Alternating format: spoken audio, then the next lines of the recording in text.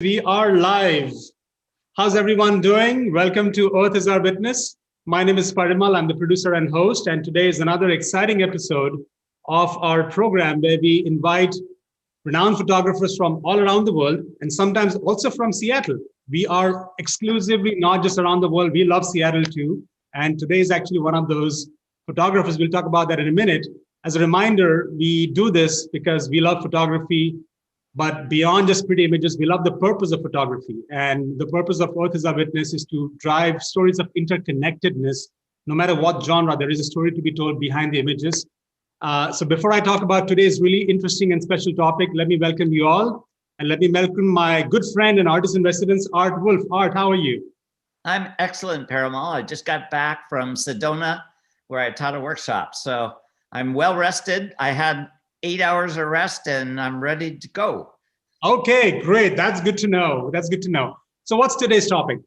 In 2010, there was a massive explosion in the Gulf of Mexico in an oil rig that killed more than 10 people, causing a lot of devastation, obviously to their families, but also pumped in 200 million gallons of oil into the sea, creating thousands and thousands of square miles of black tide and the devastation it causes. It is known as one of the worst most disturbing environmental disasters in human history. And the topic today is called Spill. And our photographer who captured that so beautifully, and I hate to use the word beautiful because something that is tragic is difficult to use the word beautiful, but it's beautiful, it's melancholic, it's an artist response to what we as humanity often end up doing inadvertently. And today's guest photographer, please welcome Daniel Beltrá from Seattle. Daniel, welcome to Earth is Our Witness. Well, thank you very much, Parimal. A pleasure to be here. Art, my friend, so nice to finally see you again after a while. Yeah. So I'm definitely in Seattle, but a Spaniard at heart. So I've been here living. Spaniard at heart. From Madrid. And hence also my funny accent. But yeah, when you want, we start diving into this. Yes. So in fact, as you said, Spaniard at heart, I do want to call out one of your Spaniard traits is that you're a fighter. Today, you're not feeling so great. And I know you have been battling something for the last few days, but still you have shown up. That shows a lot of your commitment. So thank you for that as well, Daniel. So I don't worry anybody. I had some kind of weird stomach flu, but I'm recovering. But it's been a battle. I don't know if it was, missing all this traveling, the kind of flu you get in Mexico or I've got in India also. I got it in Seattle, but hey, I'm here and let's see how this can go. Shall we? Great. Okay, let's see if we can get this rolling.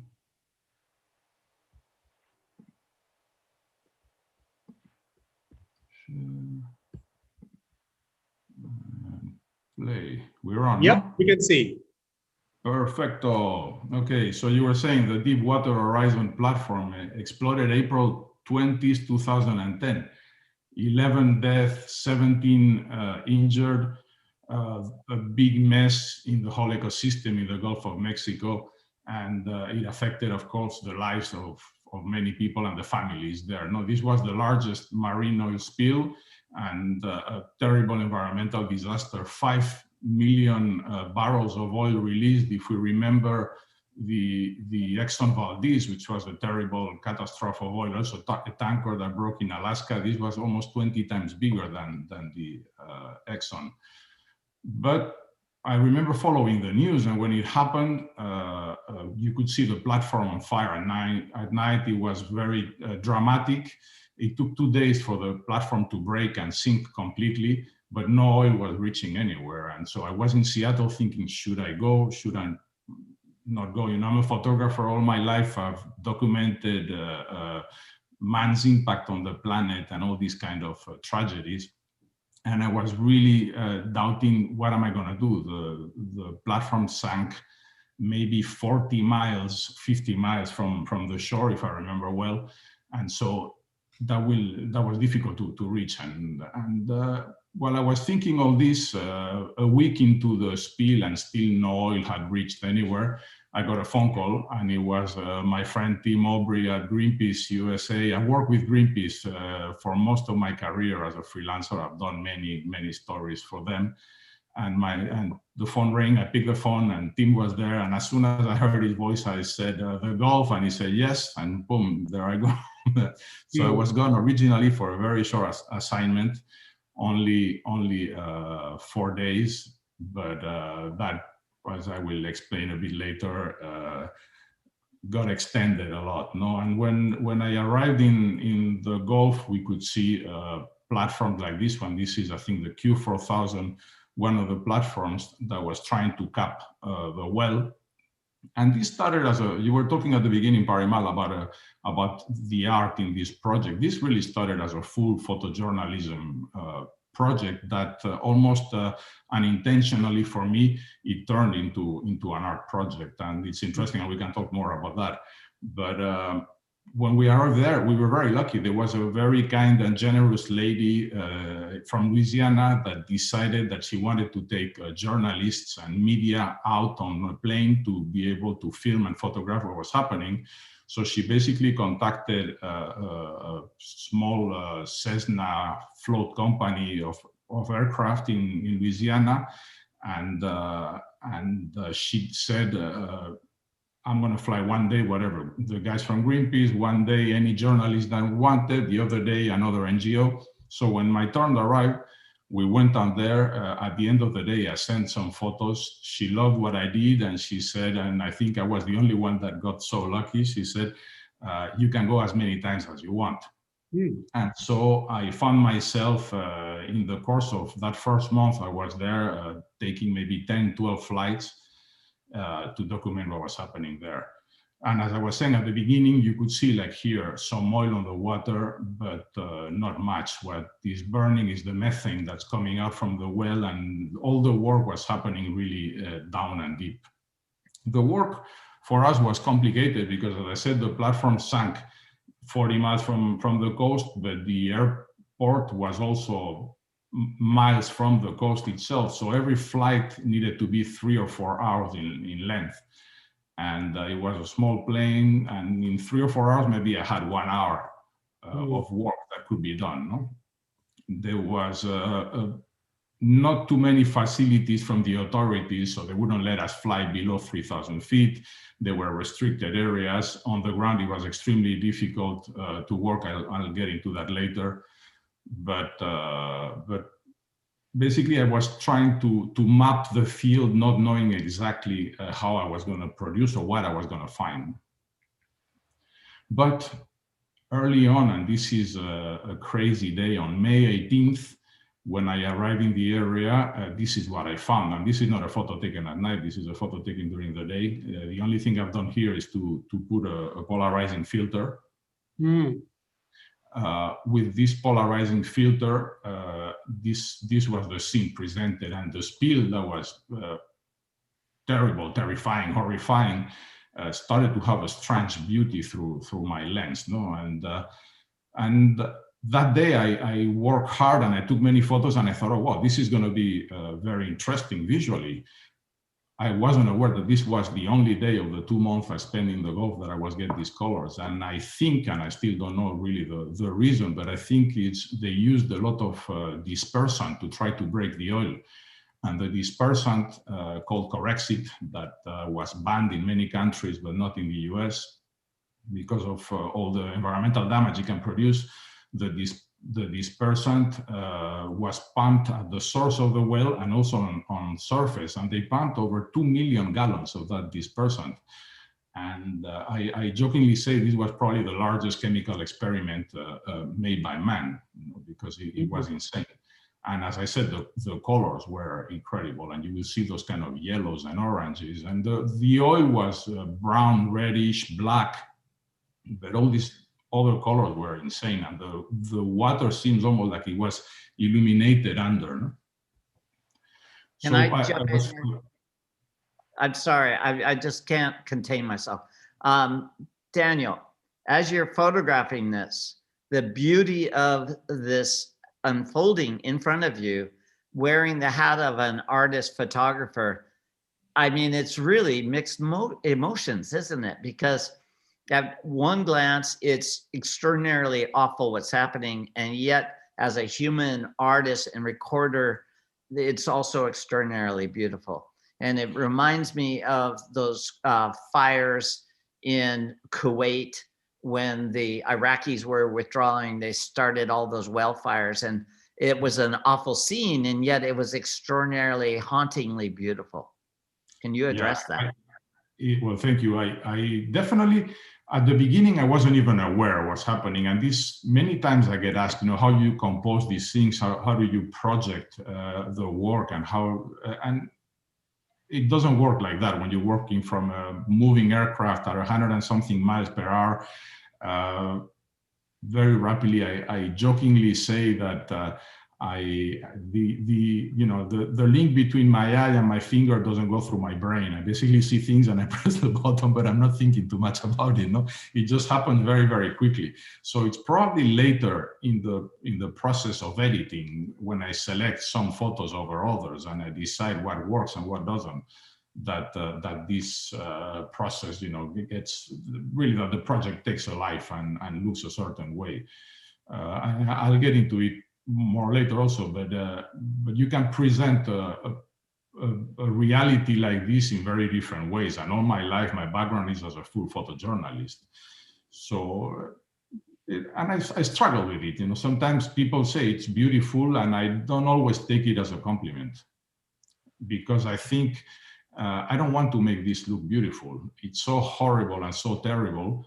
But at the same time, I realized later that, it's 11 years from the spill and we're still talking about it. So maybe making it or somehow beautiful wasn't that bad. Well said. I don't think making it beautiful really is an undesirous thing. Yeah. But as I said, it wasn't my original idea, and I struggled a bit with that at the beginning. No? Yeah. Okay. One of the ways they wanted to control this or to clean it was what they called controlled surface fires.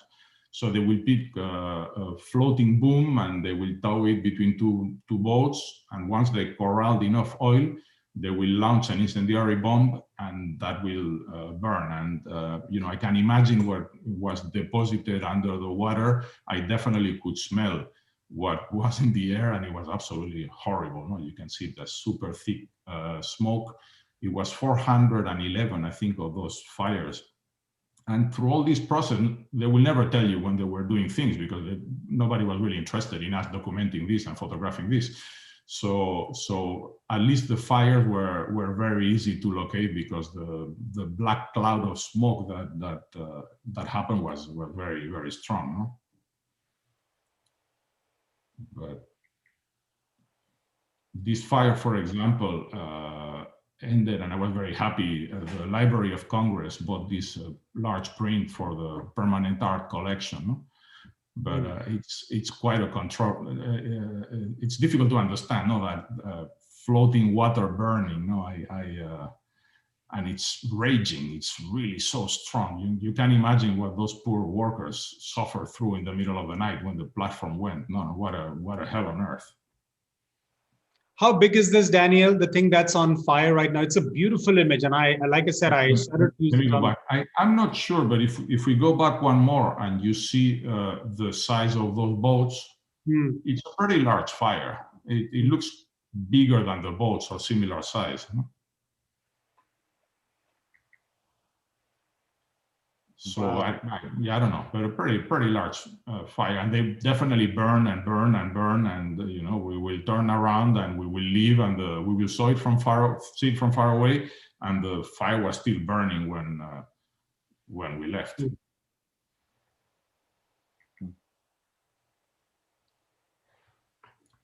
Another photo from that May 18th, when I was saying that day was incredible. I didn't know that it was the only day I was going to have like that. No?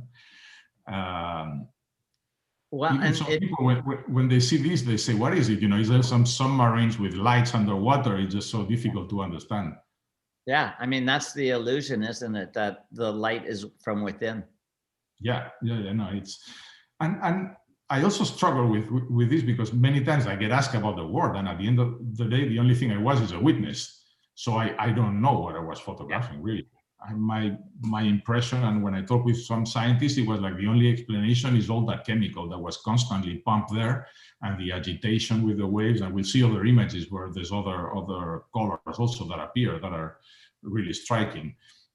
But this was selected that year by Time magazine as one of the pictures of the year. It ended in the Hood Museum on the Dartmouth College, and there's a couple anecdotes that I want to tell. But Art, go ahead. You had a question? No. I'm not. You know, just keep going. There's a very funny anecdote with this. There's I had a show in Aspen in an art gallery, and the gallerist called me one day and said, "Daniel, you will not believe what happened. We just sold 3 large prints to the CEO of a relatively well-known oil company." And I was like, "What?" And he said, "Yeah." And he bought three big prints of the spill, and so the gallerist asked, "You know, what do you want this?" And he said, "I want them for my office because I want to remind myself and my team what can happen if we mess up."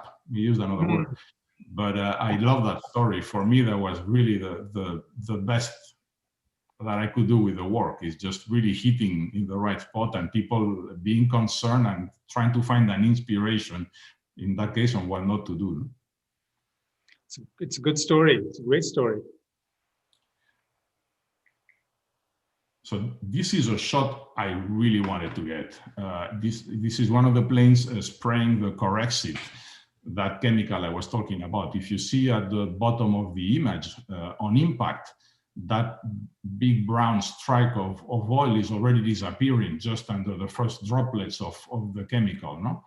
And but of course, they will not tell us when they were spraying. And this is a C-130, 4 engines, 4 motors, and we were in a little Cessna. So jokingly, I was saying chasing this was like trying to catch up with a Ferrari on a bicycle. No, it was absolutely impossible. So my pilot Dicky was really the one that made this image, because through his contacts, he talked with other pilots. He figured out where this was happening. They will call us on the radio, and we will arrive in the area. But of course, the plane was already gone. So we will need to find thick oil in somewhere and sit there hoping that they will come back and start spraying in that area. And of the days we tried, one time we were lucky, and this is what we got. It's very interesting. That's another of the important images, and for me it happened really very early on, before any oil reached the coast. I wanted to show the amount of oil, and there was not much to be seen. You could see the sheen on the water, some of those marks and colors, but nothing very thick. And that day we were lucky, and we found this extremely thick patch of oil, but there was nobody around. And if you remove that boat from the photo, you don't have any sense of scale. You don't have a clue what you're looking at. And so I was a bit desperate on the plane, and I told Dicky, let's wait. And we just circled around the area. I went to do a little other shots around, but not losing eyesight with this big blob of oil. And finally, we were extremely lucky, and this boat arrived, and I don't know if they were taking samples or what they were doing, but they arrived and they sat on the oil. They entered that area and they sat, so they probably were sampling it. And so that did a couple of very good shots. This one, stunning image. It's a stunning image. This one that I was very lucky, a year after the spill, when the New Yorker did a piece on the anniversary, they opened with this shot, no? And then I did this other one. Also same boat on the same location. The only difference is that I haven't used the polarizer here, so the colors are a bit different, and you get to see more shining on the water. And Art, I don't know if you remember this one, because we American Photo magazine did a big piece, and you have a big article inside with your images. I remember I was happy to be sharing my work with Art in American Photo, but I was very lucky to get it here. American Photo, that it's a shame, doesn't exist anymore. No, we all struggle so much with the printed media disappearing left and right. It's such a shame for photographers. Yeah, and there's more people on the planet, so Yeah, it's weird that the audience for really fine art magazines or important magazines has shrunk, and yet there's still a lot of people. Well, it's the same for books, and I'm sure you see that, and you're very successful with your books. But it's the immediacy in the news and the lack of attention to spending more than 30 seconds per news bite, and that's it, and we go somewhere else, no? Yeah, and we also for that. This is one of a really beautiful photo from the spiel, and one of the images that probably brought me to the art world. I presented spiel to different contests, and one day I got a phone call at home, and the phone rings, and I said, Daniel, and said, this is Catherine Edelman, and I'm like, yes, and there's a silence on the other side, and she started laughing, and she said, you don't have a clue who I am, no? And I said, absolutely not. And she said, well, you should be very happy to be talking with me. And I said, well, I guess I am. And Kathy, who might be listening to this right now, who's a very good friend now, is well, at that time was the president of the International Association of Photo Art Dealers. And she loved the project, and she wanted to do an exhibition with spiel. And that really opened the door to that world for me. We've done different shows since then, but her eye definitely helped me a lot, but I definitely was absolutely clueless. Talking about the crazy colors, many of these images were shot from, as I was saying, from a kilometer above the sea. The only ones that we were allowed to shoot a bit lower was the fires, because there was overcast and then we couldn't fly above. It was dangerous, so they let us go under the clouds. But they wouldn't allow us to fly below 3,000 feet. When you see here, what you see is the path created by a vessel. At the bottom left, you see still some of the bubbles of the agitation from the vessel. And again, these crazy colors, once I polarize the lens, and that super bright orange that we don't know where it comes from. Interestingly, some people think it's fire. It's not fire, it's just coloring the waves. A month into this, I showed the image to a scientist that was working in Louisiana, and she was like, oh my God, I've seen the same color. She was studying the blue crab larvae, and she was saying, I've seen some blobs of that same color under the microscope inside the larvae, and I've never seen that before. And again, it made me think maybe it was the Corexit. I don't know, but yeah, lots of questions, not so many answers. Yeah, if you go back, I just want to make one comment. I love that image. It's on our Instagram as well. I love this as also not just a beautiful abstract pattern, but also almost as a metaphor of scarring the ocean.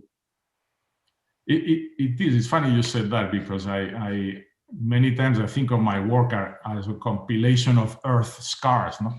This is one project, but I've done many projects around tropical deforestation, around climate change in general, in the Arctic, in Antarctica, all the melting that is happening. And at the end of the day, everything is linked together. We live in this beautiful earth that's like a glass ball, and everything that we produce stays in. All the damage, all the beauty, everything we create, everything we produce, everything we trash stays there with us. So we definitely should be able to take a bit better care of it. Yeah, it's and orange and blue are complementary colors, so they work together. That's how sick photographers are. That I was thinking exactly the same thing when I was on that plane. I was like, whoa. That's going to work well, but yeah. So another shot, not polarized, and you see all this shine on the surface of the water. And many of these images are so abstract. It's not even easy to understand what you see. And I like many times that tension that you create, especially when you have a print on the wall, because people stand in front of them and they think, what is this? And they don't really get what it is. And I think it's through that tension I can drag them into what I want, which is to tell them and teach them about what concerns me and about what I'm portraying. There was a funny anecdote also in a gallery a lady was looking at one of these abstract pieces of the spill, and she was saying, "Oh, I love this print. I think I'm going to buy it." And she was asking me, "But I don't know if I want to have a print of an oil spill in my wall, because I don't want to be talking about the spill." And I said, "Don't buy it." And she looked at me and she said, "You're crazy."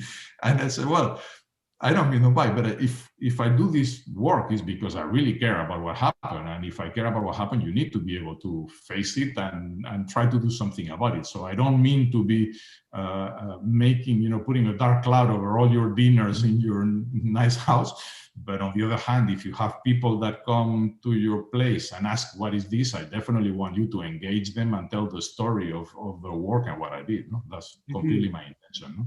And that goes a bit about what we were talking at the beginning about beauty and not beauty. And so it's a thin line to navigate there, because I don't want to make it something like this so beautiful that people will not really be engaged by the reality, and the reality was awful. But on that same note, I had another piece also from that May 18th. Anytime you see these yellows, greens, and it only happened that day. We had a show, and there was 3 of these large pieces outside of the gallery, and a gentleman walked in and he said, "Oh, I love that painter." And the gallery said, "No, they're photographs." And he started to argue with the gallery, saying, "No, they're paints." He said, "No, I know they're photographs." And he was saying, I don't believe this. And they were saying, so I take that as a compliment, but again, it's that abstraction that sometimes gets so confusing. And I think it works in the benefit of the project at the end, no? Yeah, but at the same time, I think it's very important that people believe that what I present is what I saw. And this is a big discussion in our world between photojournalism and art or creativity. And I'm not saying people shouldn't be able to do other things. But for me, it's very important to not manipulate the images, because if I'm documenting climate change, if I'm documenting an oil spill, I want people to believe that this is what I saw and nothing else. No, and I guess I get my approve when I present some of the things to contest, and they ask you for the raw files, and you present all that, and they say, okay, so yes, you touch a little bit the colors of the contrast, but there's no manipulation on the images. Art, did you have a question, or? Let me go back before we show this. No, I actually did not. I just love the way the movement of the lines throughout this image. I totally get the confusion of some people that are unaware of photography, thinking it's maybe a painting. Yeah. Orange, I think that orange floating on the surface, and that May 18th, whatever they put in the water that really provides the luminosity, that sense that it's light from within, is pretty effective. I mean, it's you were lucky to be out there that day to get that. No, definitely, and I think this is a big part of what made different my oil spill from the many oil spills that were out there. Definitely. Because when you see the orange, and that was a bit the next shot, when you see all this beauty and this abstraction, at the end of the day, the spill was a very ugly business, no? Yeah, it's a very ugly business. When the first oil reached the shores in Louisiana, in the Mississippi Delta, it was incredibly thick, and I had equipment that was stained for a very long time. It was very thick. It will get glued to it, very difficult to remove. It was definitely a very, very ugly business. And a lot of people were trying to do something about it, not really knowing very well what to do. This is Dauphin Island in Alabama. They were trying to build these huge barriers, not knowing if any oil was going to arrive there or not. So a lot of willingness to try to fix the problem, a lot of frustration. People were sad, outraged. They wanted to do something about it, but not really knowing what to do. In some places, they were building artificial islands along the coast. So a lot of damage happened also through that. No, we didn't know very well how to stop all this. And at the same time, there was a very strong intent to control the media and not to let the story out or to minimize it. And John Moore, who's a phenomenal photographer from Getty Images, And I remember we were trying to go on the beaches and walk the beaches to see if we could find any animals arriving, because at that time we hadn't seen much. And they will cut all the roads. And so all the access to the beaches, they were saying to protect the public. They will not let you go see, even if there was no oil yet arriving, and they will not let anybody go. But we figured out a way. We were hiking a bit, and we reached one of these beaches. And as soon as we were there, 10 minutes in, we got the local police arriving in a pickup truck saying, no, you guys cannot be here. We both had press cards, so we show our press cards, and they reluctantly let us wait a bit because we're saying there's absolutely no oil anywhere. There's no animal, there's nothing to photograph. Why we shouldn't be able to be on the beach? No? And so they left. Half an hour later, a sheriff team arrived in quads, and they said, no, definitely you cannot be here. You need to go to the control, the military command center, and they're the ones giving the permission. So they kicked us out of the beach. We went to this command center. When we arrived in the command center, we were talking with the sergeant, who explained to us, we're not giving the permissions. You need to go to the community center where the BP press center is, and they're the ones giving the permission. And I was just thinking, this is crazy. So you're telling me that the company that's responsible for this mess, a foreign company, is the one that's going to give me permission to work in American land? It didn't make any sense. And the guy said, yes, sir, that's exactly what I'm telling you. I said, can I get that in writing? And he said, just get out of here. So they sent us out. We went to the community center. We talked with BP, and they said, oh, no, we'll take you to do a tour of the beaches tomorrow, definitely. So the next day, we came back, and we saw the cleanest beaches I've seen in my life, with some guys in those Tyvek suits, incredibly immaculate, taking samples and doing things, but of course we didn't see absolutely anything. No? And so there was a lot of that, which was really, really sad and scary. And I don't know what they were trying to protect. I guess all the damage from the subsequent lawsuits, no? But it was definitely a nasty business in many fronts. Wow. I love your courage, though. I mean, just amazing journalism to still pursue and persist. Well, you have to in things like this. So, but you know, when the oil reaches places like this, like the marshes, you know, how do you clean this? I remember Tony Howard, the CEO of BP, gave a press conference on the beach one day, and he was there saying, "I promise we're going to clean the last drop of oil." I mean, what are you talking about? It's absolutely impossible to clean the last drop of oil. You know, I'm not saying you guys are not going to try, but it's impossible. Once it's out, it's out. No, and that raises a lot of questions of what are we doing as a species? You know, why do we go? At that time, this was the deepest oil well ever reached at 35,000 feet. Just the leak was at 4,000 feet underwater. No, so just to cap that, it took them until September to manage to stop the leak. No, it was definitely a big mess.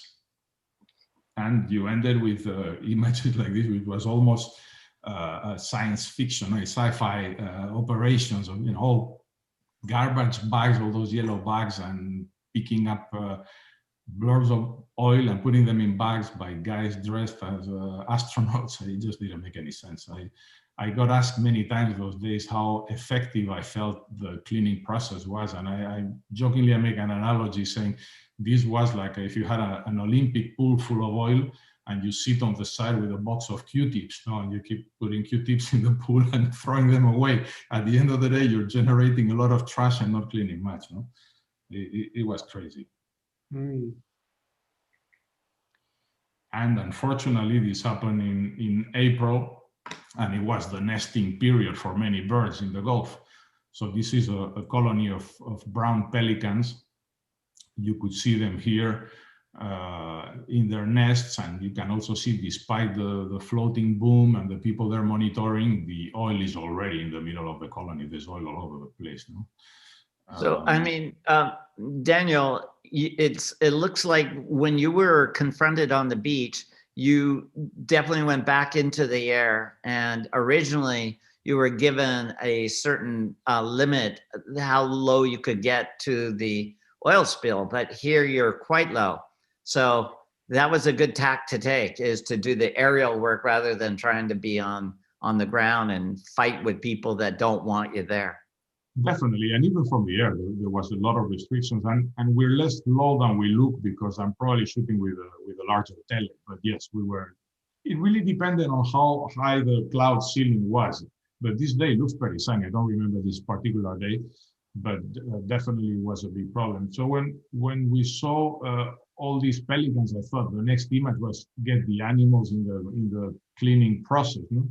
And in Fort Jackson, in Louisiana, there was a facility where volunteers were going through all this cleaning, and they were opening this facility for journalists. And they will actually, I signed myself for a couple of those visits, but they were like maybe 30 minutes, and you were with 20 or 30 other cameramen and photographers. It was insane. It was impossible to produce anything decent. And I really wanted to go back in and spend some time, and I tried, but working with Greenpeace as I was, I didn't have the clearance of National Geographic, CNN, or ABC News, which were the ones that were getting access. And after a lot of insisting, after a month, I managed to get a permit to go to this facility. And it really phenomenal work, and also scary to see. And those are some of the next images I'm going to show. But before I go there, just another quick note is these pelicans, when they were cleaned and later released, the ones that survived, nobody thought about it at the beginning, but the first thing the poor birds did was coming back to the nesting colony, so they will get again in the middle of the oil. So they were tracking them, and they realized that very early on, luckily, and so they stopped releasing them or taking them way farther away to different regions to try to keep them safe. Yeah. So when I went to the facility, this is the Laughing Gull. The famous Dawn detergent was used by these volunteers to clean the birds, and really scary, poor animals. No, imagine. And of course, small animals like this gull will have a way less chances to survive. The larger ones, like the pelicans, were a bit better, but unfortunately, birds, their first instinct is to clean their feathers, no? So they swallow a lot of the oil, and they keep doing it, trying to clean themselves. They don't understand what happened. No? This is such a poignant photo. This is such a poignant photo. It's a surreal photograph, and not to mention the eyes of the bird. It's sad, but it's also, it's a cry for help. But there's people there helping also, no? But it's yeah. It was so terrible what happened that the help was in most cases arriving late. But again, there was a lot of secrecy. I never saw a body of a dead animal anywhere. Everything was cleaned and removed, and there were a few. Of course, if you were lucky in the right spot, you could see some, and some photographers got that. I never got to see one.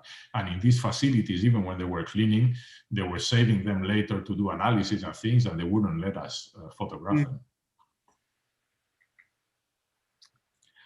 So this brown pelican being cleaned, this animal ended later in a campaign by Patagonia, the clothing company, in a Vote for the Environment campaign.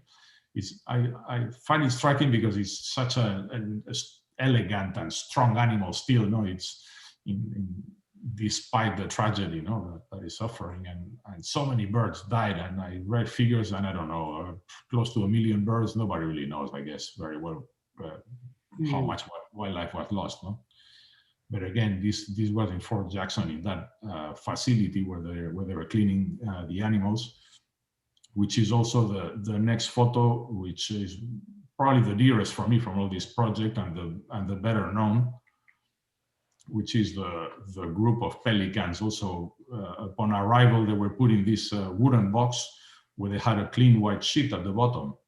And what they will do is they will spray them with a light oil, and that light oil will mix with the heavy oil they have on their body, and they literally will start dripping oil into that white sheet. And they will stay there 45 minutes, 1 hour, and after that time, they will take them out and start washing them, cleaning them. I did this photo. There's no flash, no tripod. There was a fishing net over the top of the wooden box to let air and light go through, and nobody wanted to disturb the animals, me included. So they will only open the door when they needed to bring in or out one, and they will let me take 5-6 photos after, and then they will close the door, and I will have to wait half an hour. And when they needed another bird, they will go get it, and I will do the same. but from the beginning, I saw this was a very powerful photo. So I did 3 or 4 of those sessions, and at the end, I had a frame that I liked, and this won the Wildlife Photographer of the Year from the Natural History Museum in London and the BBC, which is the biggest contest for a nature photographer, the biggest award. I was incredibly lucky because I think also it was the first time that this award was given to an image that was not depicting the natural beauty, but just the damage we were making to nature. No? And so it was a first, and I was delighted, and that opened the door to lots of things, lots of exhibitions and publications and lectures. So the very powerful image. Very powerful image. Yeah, and this is interesting. You can see also the difference in colors from one publication to my frame. So I'm just realizing also, depending who touches the photo, it's still the same image, but it still looks a little bit funny. Mm. I remember at that time, it never happened, but I got a call from National Geographic saying, Daniel, do you have that photo with a little bit more room on top? And it did have a little bit more room. And I thought, oh my God, the cover. But then they didn't publish it. But yeah, that would have been a good one. It's just even the composition is again, I hate using the word beautiful, but it's stunning, it's haunting. Let me go back here. Yeah, the very fact that they're facing inward, and even the lines within the sheet that they're standing on is complementing the lines of the bird. I hate to say that in artistic terms, but that's part of the allure and what makes the graphic image all work. Of course. Definitely. Sorry, I wanted to go and go to the original. You're completely right.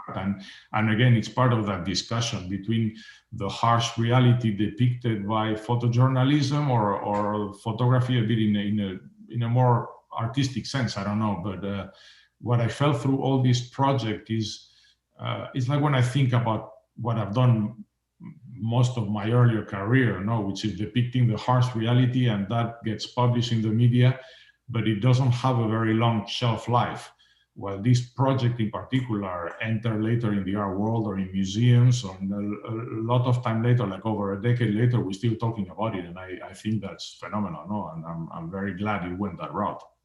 Well, and in fact, when you think of the work of James Natchway and his very artistic take on horrific war scenes, it's the art and the moment and the honesty of it that all comes together and separates, a graphic, terrible image from something that's got that element of art that really sets it apart. And that's a great example and an extreme example, because James can be very graphic in his depiction, and still he manages to pull it. I was going to ask a question, and I think, Art, you just answered that for me. And my question was, how do you, it's a part comment, part question. How do you balance the tension between something that is beautiful and something that's sad or horrific or real, or, those two extreme opposites, if you will, in some ways? And Art, I think you just answered that. Well, it's authentic. It speaks to you in a very authentic, honest way. I think that Daniel addressed that earlier also when he said, in the moment, his mind and his instinct as a photographer click in, and then later you kind of start to analyze more. You have more breathing room to really analyze. For me, I was in the air above a river of lava that was virtually burning homes and schools, and on a ground level, it's tragedy happening. People are losing everything. From my perspective, there's this haunting beauty of nature on the move, and it's very much in the vein of what Daniel's been showing us. It's extraordinarily beautiful, and yet awful things are happening, and you just do it as a photographer. You get it and capture it, and then you can have these esoteric conversations after the fact. Exactly. You do it, and then you deal with it, and you have that little guilty feeling in the back of your mind, thinking, I don't know, is this the best I could do? But I'm trying, yeah. But I was going to show that other photo because it's a funny story. So all this was shot from airplanes. I was saying from a Cessna mostly, and then later in June, Greenpeace brought a ship. I sailed from Florida, and they had a helicopter for some days on board. And this is the only flight I did on a chopper in this project. And from the helicopter, which I was very excited because I thought, oh, this is really going to be when I can do proper photography on a plane. You know, you're flying so fast, everything shakes and moves, and it's just not so easy to compose, in particular if you're trying to photograph smaller objects. No?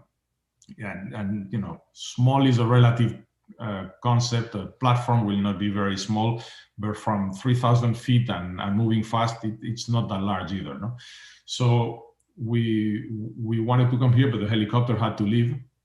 And this was the last day, so we had to leave the ship, even it was a stormy weather, really terrible weather. But we decided, you know, it was still flyable weather, so we decided to come and have a look. And we arrived in the region, and this is what we found. No oil to be seen anywhere, lots of ships, terrible weather. And we thought, man, there's nothing to be done here. Let's go back to the ship.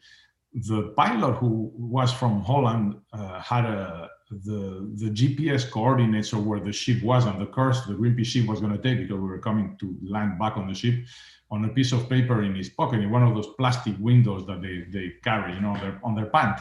And he had put it, it was wrinkled. So he opened the thing to straighten it up and look at the coordinates. And because I insisted that we wanted to fly without doors to be able to work properly, the piece of paper went flump. And suddenly we're like, oh well, I'll call the ship on the radio and we'll get the coordinates where they're at. And with all the electric apparatus from the storm, it was impossible to reach the ship. So suddenly we didn't know where the ship was. We were in the helicopter with not so much petrol and a lot of rain. But luckily at that time, the cameras didn't have a proper GPS for the coordinates. So I will always bring my own GPS and dump it in my camera bag on, and I will keep a track on, plotting where we were going with a chopper. And so I told him, I think I have a solution. So I got my GPS out, and I think the ship is there. And he was like, no, the ship is like 30 degrees to this side and they're going. And I was like, I'm sorry, but I really think the ship is there. And we were arguing back and forth on the helicopter. He finally listened to me and we found the ship. But that was definitely a pretty scary day in the Gulf of Mexico, and not a single photo. But you found the ship. We found it. And he's here to tell us about. I mean, I guess at that time I didn't think about it, but I guess if things turned very badly, there's many platforms there with helipads, so we could have just said, hey, we're really sorry. I don't know what would have happened if some guys coming from a Greenpeace ship landed in one of the platforms there. That would have been another story. But yeah. But I was saying earlier on, not all the awards for the project gave so much exposure. And for example, I had the opportunity to have a beautiful show here in Seattle in the aquarium, organized by my friend Tim Cunningham, who put this show. I was really impressed by this because it's the main lobby of the aquarium, where they have these pools with animals and the families come to see and enjoy nature.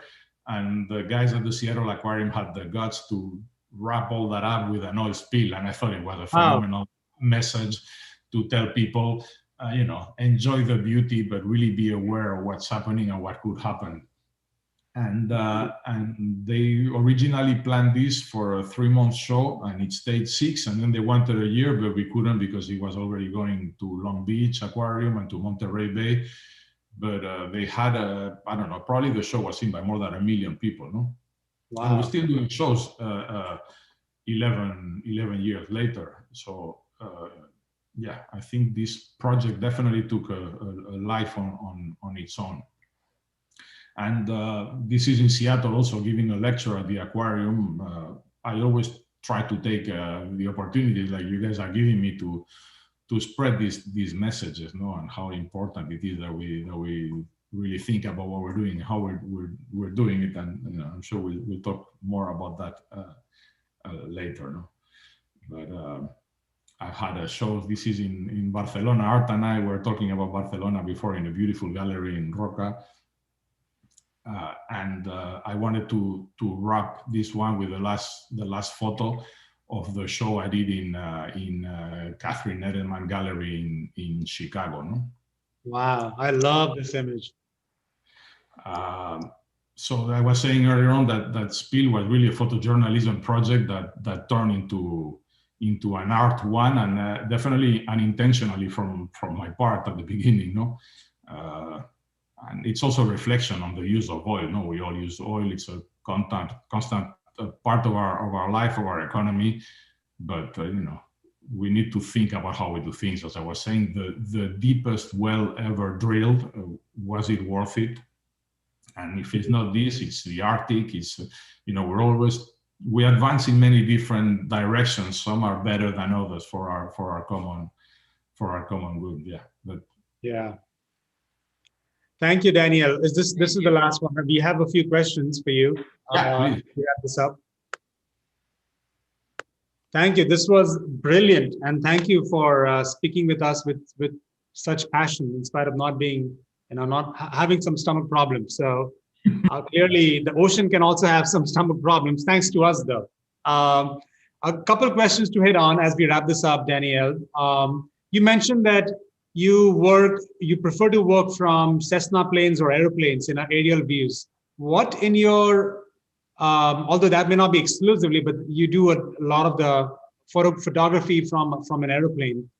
What do you get in terms of insights that you otherwise would not if you hadn't done that? What changes for you? Well, I wouldn't say I prefer planes. Planes are more available and cheaper than helicopters. And many times in this work we do is a question of budget. So that's definitely one of the main considerations. But for me, working from the air, when you mentioned it looks like scars, it really gives a sense of perspective. It's separating ourselves a bit from the problems. If the only images I show you are the guys full of oil, the boots in the ground, the tree cut from the ground, is very different than if you take some thousands of feet between you and that. And I give a different perspective that the majority of people will not be able to see. And hopefully that also helps in the reflection. No? And there's more beauty also. I think, at least I find it easier from there. But again, lots of things in my life, in my career, were not planned. I never tried to be a professional photographer. I was studying forestry engineering and biology when photography started to happen, and I became a photojournalist. It was a passion of mine, but I wasn't looking to do that. And then I wasn't trying to become an aerial photographer.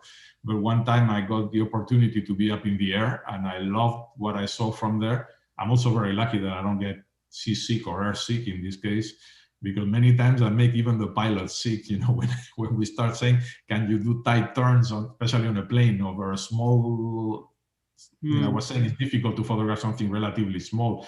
If you don't start banking the plane hard and doing tight turns, you take a lot of time coming back and forth to be able to take two photos. No? So it's complicated. So I'm lucky. It's a medium that works pretty well for me. What inspires you, Daniel? What inspired you when you did this, and how has that changed over time? And how do you use that inspiration to stay relevant? Well, all this for me started from a very deep concern. I mean, there's many wonderful photographers, and I definitely include Art there, that depict the wonders of our world. But I just felt we needed also a voice from that other side that was darker, which is all the damage we were creating. And many times I think, why do I do this to myself? I definitely will be happier if I spend more time on safari photographing animals in Africa or doing the beauty in Tibet. But I think it's very important to show that other side. And it's a bit I guess I'm a bit of a fighter in that sense. I've always been an optimist. Later in life, I feel I'm becoming more of a realist. And I don't know, earlier on I was thinking, oh, with all these things, we can change the way things are going. Now I'm just don't know if we're going to change everything or we're going to slow down the damage we're making and hopefully reach a neutral point there where we can all survive. I've seen so much destruction and tragedies that I jokingly say I probably have some post-traumatic stress disorder myself, no? Because definitely going over and over and over and documenting all these things. But again, I don't feel depressed because I'm trying to do something about it and hopefully doing something about it. Edward Abbey, Luis Hijoyo is a good friend, phenomenal photographer and director of movies, reminded me of this recently. Edward Abbey said, action is the antidote to despair. And it is true. There's another saying that says, better to light the candle than curse the darkness. And I think those are important things. No, I think it's important to try to do something about it, and hopefully we'll reach a solution. It's very well said. I guess I have a question to both of you. You know, you talk about despair. And Art, you also spoke about when you have shot, you know, the damage that a lava has caused to, let's say, a state of Hawaii, and you're in the air. How do you, as a photographer, take care of your own emotions so you don't burn out or you don't get depressed, you don't go off the deep end in terms of self-care? What is it that I haven't? So, you know, how I view what I do and why I remain fairly upbeat and positive is the creating of images that have a powerful impact. I shoot a lot of destruction, but Daniel would not know that because we donate that and give that to environmental groups. And it's not what I'm known for, but I'm certainly not going to look away or walk away. What I do in general, though, is to do books like Elephants, where we invite very impassioned writers and scientists to be connected to that book and therefore give them a broader voice. And the most recent book then that would show that was the Elephant book, where Sam Wasser, who's one of the leading environmentalists and sleuths that are figuring out how to go after the kingpins of the elephant ivory trade, he can talk about that and what he's doing. And my photos bring people in, but they read his text and understand what he's up to. And that has been a model over the years. And so you have high energy in creating the work that then is attached to the NRDC or the Wildlife Conservation Society or any number of groups that want to be part of that project. And it's so important to do that, you know, and I do a bit of the opposite, you know. I do photos of beautiful things that I also don't show anybody because I'm known for this side, no. But you need that also to survive mentally, because if not, you know, it can be depressing, definitely, when you go to the Amazon and you see what happens and what happens and what happens and again what happens. Many times people ask me, what can we do? And I always say, vote, vote, vote, vote. I mean, look what we've dealt with in this country for the last 4 years.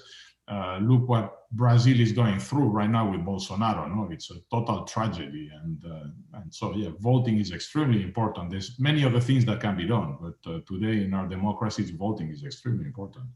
Voting for people who care. Great. Thank you so much. You know, you just answered the question I was going to ask, is what can we do? And you just answered that, Daniel, proactively. Thank you so much. I do want to, before we let you go, remind everyone about Daniel's book that has a lot more beautiful and I'm going to say hauntingly beautiful images. I won't say just beautiful. This book, Spill, that is on his website, danielbeltra.com.